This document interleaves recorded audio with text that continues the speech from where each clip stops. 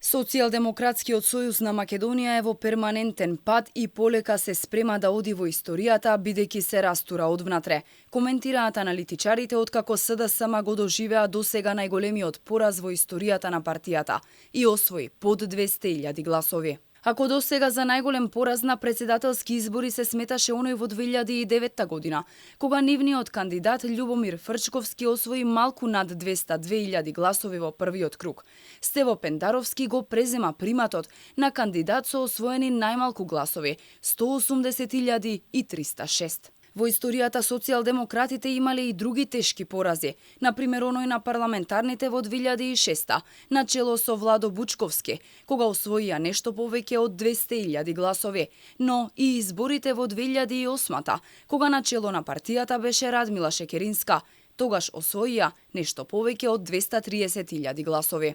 За познавачите резултатите на првиот круг од председателските избори не се за изненадување. Опаѓањето на довербата на граѓаните кон СДСМ се должи на лошите политики и неисполнетите ветувања. СДСМ сам по себе се растура одвнатре. Има една страшна аутофагија внатре, која е во еден подолг период. Ако тоа се земе како прв предвид, ако се земе уште и податокот дека они ниту еден сериозен проблем не решија, па дури ни минорен да не речем, ако она со што ја добија власта, кога ја рушеа власта на ВМРО, ако ветувањата кога тогаш ги дадоа не беа исполнети па ни 50%. СДСМ е една растурена организација која што со својот салонски елитизам на времето значеше нешто, ветуваше со својот субстракт на квалитетни умови, меѓутоа она е во перманентен пат. Лидерите на СДСМ се менуваа, но погубната политика растеше, коментираат познавачите. Тие не ја разбраа ниту пораката од локалните избори во 2021 година, кога добија градоначалници само во 17 општини од вкупно 80. Тогаш Зоран Заев поднесе оставка, бидејќи го загуби и град Скопје. Сепак, неговите политики на неесапење на народот ги продолжи и Димитар Ковачевски.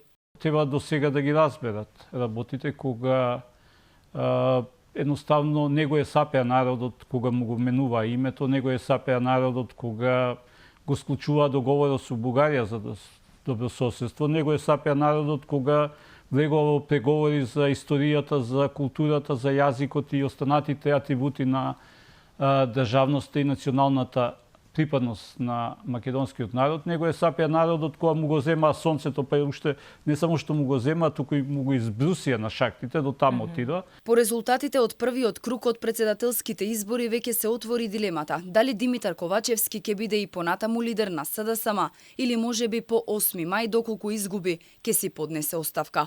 Тој рече дека партиските членови ќе одлучувале за неговата позиција на отчетниот конгрес, на кој што се прави анализа на резултатите, и потоа внатрепартиски избори, на кои се бара изјаснување во однос и на председател на партијата и на сите други партиски органи.